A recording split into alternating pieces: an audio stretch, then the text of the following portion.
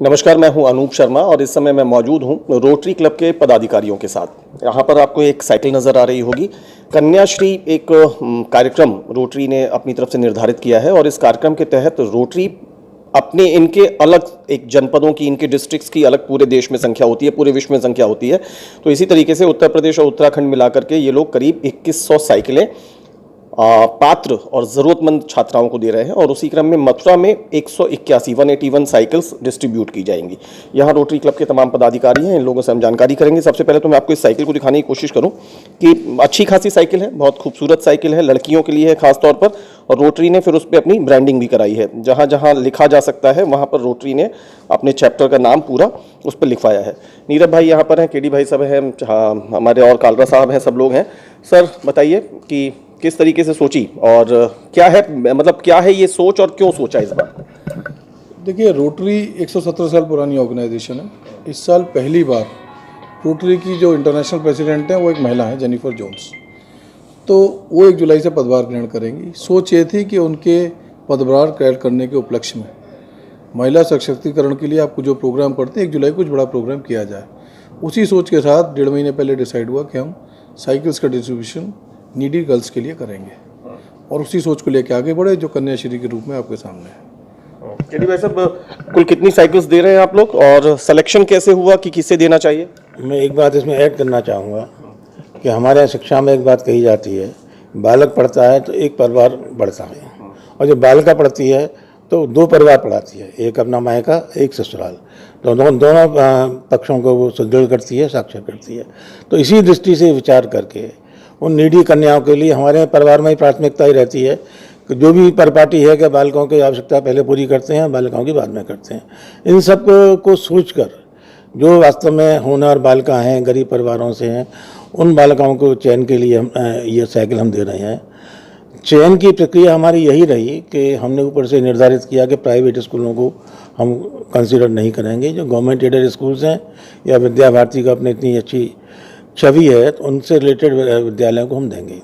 मैं विद्या भारती से भी जुड़ा हूँ, तो मेरे जनपद में 10-12 विद्यालय हैं। उन सबसे प्रिंसिपल से जहाँ जहाँ कन्याएँ पढ़ती हैं हम लोगों ने सजेशंस मांगे, एक लंबा चौड़ा परफॉर्मा बनाया। पिताजी की क्या करते हैं, क्या उनकी एनुअल इनकम है, बच्ची कैसी पढ़ रही है, मेरिटोरियस है कि नहीं, कितनी घर से डिस्टेंस है, इस सारे क्राइटेरिया पर जनपद के 12 15 विद्यालयों से 180 बालिकाओं को हमने चयन किया है। 5 से लेकर 10 विद्यालयों को हमने चयन किया।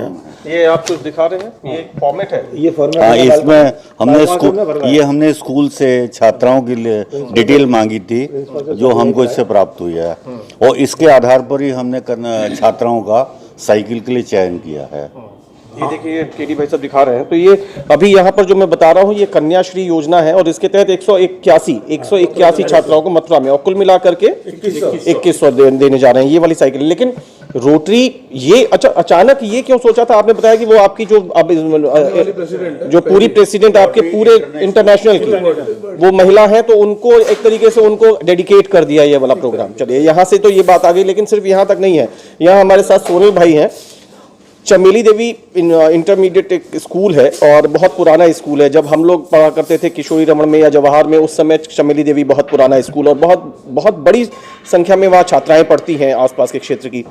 उसको लेकर के हमने सुना कि बहुत काम किया, और क्यों वहाँ पर काम करने की ज़रूरत महसूस हुई थी, कैसे समझ में आया कि मुझे यहाँ पे काम करना चाहिए? मतलब आप सारी टीम ने क्यों वहाँ पर जाके काम किया? रोटरी क्लब की एक योजना है जिसके अंतर्गत जो बालिका शिक्षा देने वाले विद्यालय हैं उनमें टॉयलेट ब्लॉक बनाने की, तो हमने मथुरा में 5 टॉयलेट ब्लॉक्स कॉलेजेस में बनाए हैं। तो पिछला जो टॉयलेट ब्लॉक बनाया वो चमेली देवी खंडेलवाल में बनाया। हमारे पदाधिकारी गए, वहाँ भ्रमण किया, तो वहाँ के टॉयलेट ब्लॉक की काफ़ी स्थिति बड़ी ख़राब थी।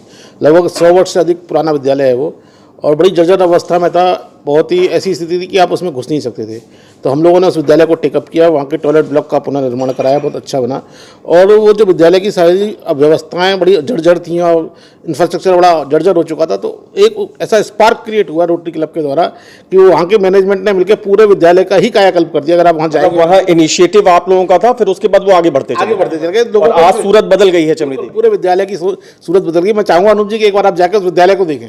अभी आप बता रहे थे केडी भाई साहब की कहते हैं इधर नवादा की तरफ कोई स्कूल टेकअप की, शांति देवी धौलीपाव पर शांति देवी कन्या इंटर कॉलेज है। और आपने पहले उसमें ये बताया, उसमें एक चीज इंपॉर्टेंट थी कि पहले उसमें जब आप लोगों ने काम किया तब छात्राओं की संख्या क्या थी, और काम हो जाने के बाद, हालात सुधरने के बाद छात्राओं की संख्या क्या वहाँ की जब हम लोगों ने काम शुरू किया तो ना तो छात्राओं के लिए टॉयलेट था, ना पीने के पानी की व्यवस्था थी, दरवाजे खिड़कियाँ टूटी पड़ी रहती थी, तो बंदर वहाँ उत्पात करते थे, वहाँ बेचारी छात्राएँ बैठ भी नहीं पाती थी। तो एक तो टॉयलेट ब्लॉक का हमने प्रोजेक्ट लिया ही, टॉयलेट ब्लॉक के प्रोजेक्ट के बाद हम लोग सब लोग गए तो मन में ये बात आई कि सुविधा पर्याप्त नहीं है। टॉयलेट ब्लॉक तो बना दिया, पानी की सुविधा नहीं थी। पानी के लिए देखा, बोरिंग कराया तो बिजली का कनेक्शन कटा हुआ है। बिजली का कनेक्शन क्यों कटा हुआ है? 10 साल से हमने बिजली का पेमेंट नहीं किया।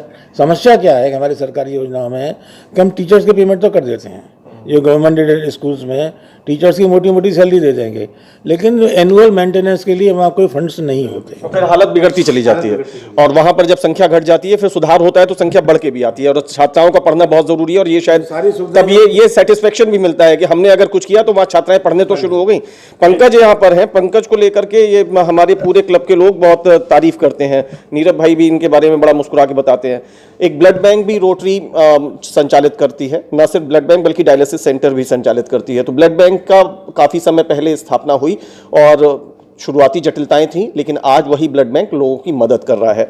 किस तरीके से चल रहा है आपका वो प्रकल्प? बढ़िया चल रहा है। अभी हमने उसमें आपका कंपोनेंट यूनिट भी कंप्लीट करा दिए। लगभग जून 2020 में स्टार्ट हुई थी वो, जब कोरोना काल चल रहा था। उसके बाद में ज़रूरत पड़ी लोगों को प्लाज्मा प्रोवाइड कराया गया। उसके बाद में अभी लास्ट ईयर जो आया था, डेंगू आया था, उस समय ज़रूरत पड़ी थी प्लेटलेट्स की। लोग चार्ज कर रहे थे 19,000 20,000 रुपया, हम लोगों ने पहले दिन से स्टार्ट किया 11,000 रुपया। और मतलब जो जैसे अवेलेबिलिटी थी, जिसको जो first come first serve basis पे था। इवन हालत ये आ गई, हम लोगों के अपने जो पदाधिकारी हैं, जो ट्रस्टीड हैं, उन लोगों के लिए भी हम किट नहीं रोक पा रहे थे, क्योंकि जो हमारी किट है, एक हमारे पास है वो मशीन, एक एसएन मेडिकल कॉलेज में, एक गंगाराम हॉस्पिटल में, 3 जगह पे वो मशीन है। उसकी जो किट आती है वो फॉरेन से आती है। अब हालांकि उसकी क्वांटिटी बढ़ाते जा रहे हैं, लेकिन धीरे धीरे फ्यूचर में ऐसा कभी ना हो, आने वाले समय में अगर पहले से आहट होगी डेंगू की, तो कोशिश करेंगे कि उसकी थोड़ी सी भरपाई कर पाएँ। मैं आपको बस ये दिखाने की कोशिश कर रहा हूँ कि यहाँ सिर्फ एक अकेली साइकिल नहीं है, ये कन्याश्री योजना ही नहीं है, रोटरी काफ़ी कुछ करता है। हमारे संग अंकुर है।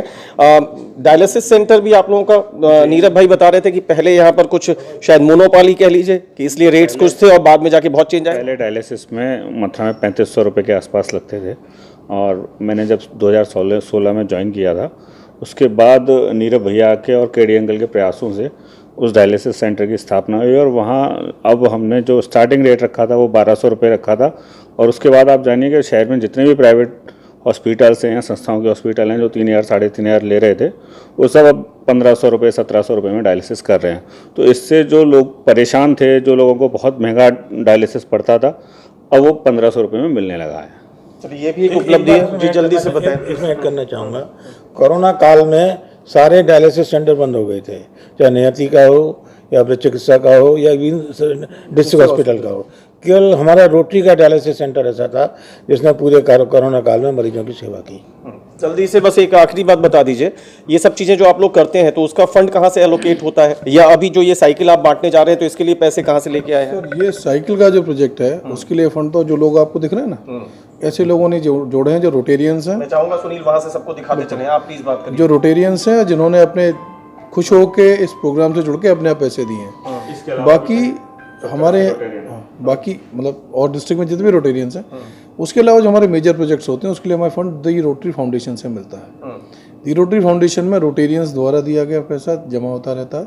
उसके अलावा और कई समाजसेवी संस्थाएं हैं जो ये रियलाइज़ करते हैं कि रोटरी में जो पैसा लगता है 95% से ऊपर परियोजना में डायरेक्ट लगता है, जबकि और एनजीओज में आप देखेंगे 25 से 30% का खर्चा होता है, हमारे यहाँ 2 से 5% का खर्चा होता है। चलिए बस जल्दी से एक और इम्पोर्टेंट वो आप लोगों का प्रोजेक्ट चल रहा है, हैप्पी स्कूल्स है वो उसका, हाँ इस जल्दी उसको एक उसकी भी बता दीजिए क्या है। सर, हैप्पी स्कूल्स में हमारी सोच ये है कि स्कूल का पूरा कायाकल्प कर दीजिए। उसी के तहत ये केडी भाई सब जो बता रहे थे वो सब उसी के प्लान के हैं, ये अलग है? ये अलग। इन जो सन ने प्लान बताया था उसमें हमने टॉयलेट ब्लॉक बनाया, फर्नीचर बनाया, उससे इंटरवेंशन तो बढ़िया था, लेकिन सोच ये बनी धीरे धीरे कि आपको अगर परमानेंट चेंज करना है तो एक बार ही उसका लेवल बढ़ा दीजिए।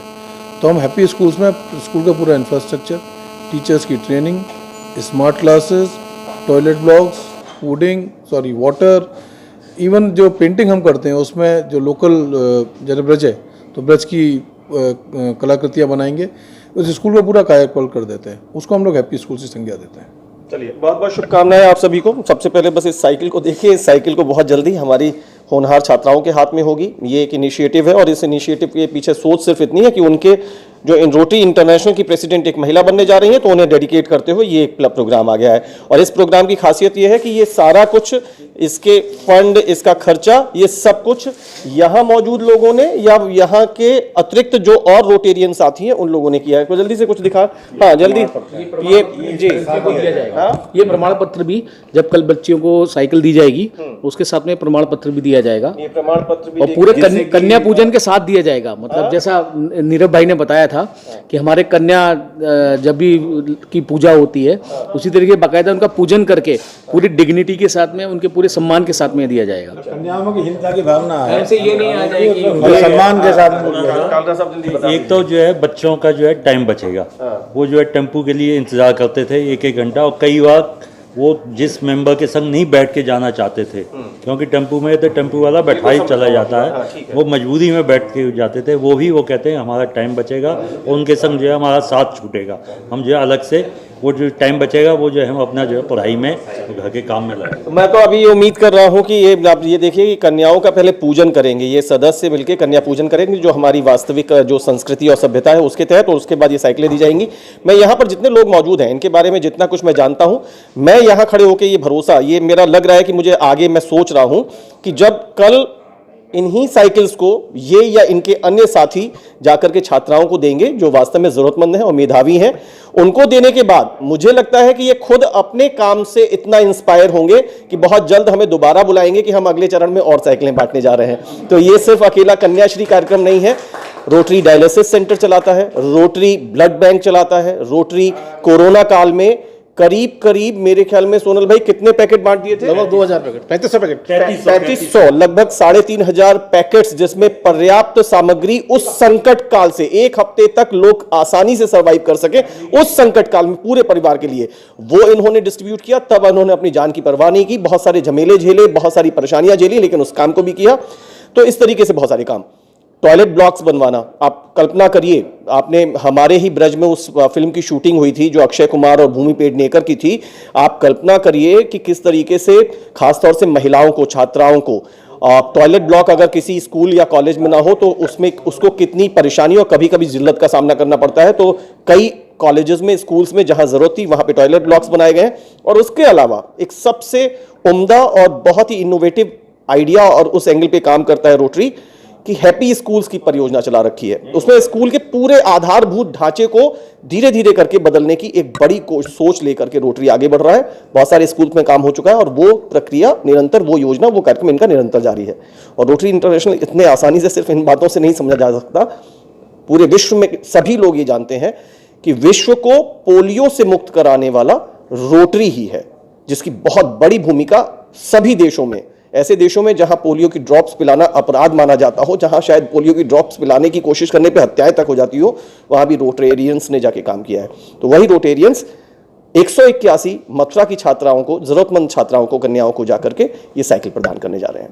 ये थी हमारी रोटरी क्लब के इन पदाधिकारियों से बातचीत। हम उम्मीद करेंगे कि सोसाइटी में सभी लोग, इस जैसी संस्थाएं और भी हैं, सभी अपने अपने दायित्वों को समझें और जहां कहीं भी सुधार की कोशिश हो सके उसमें अपनी भूमिका जरूर निभाएं। मुझे मेरे साथी सुनील शुक्ला के साथ इजाजत दीजिए। नमस्कार।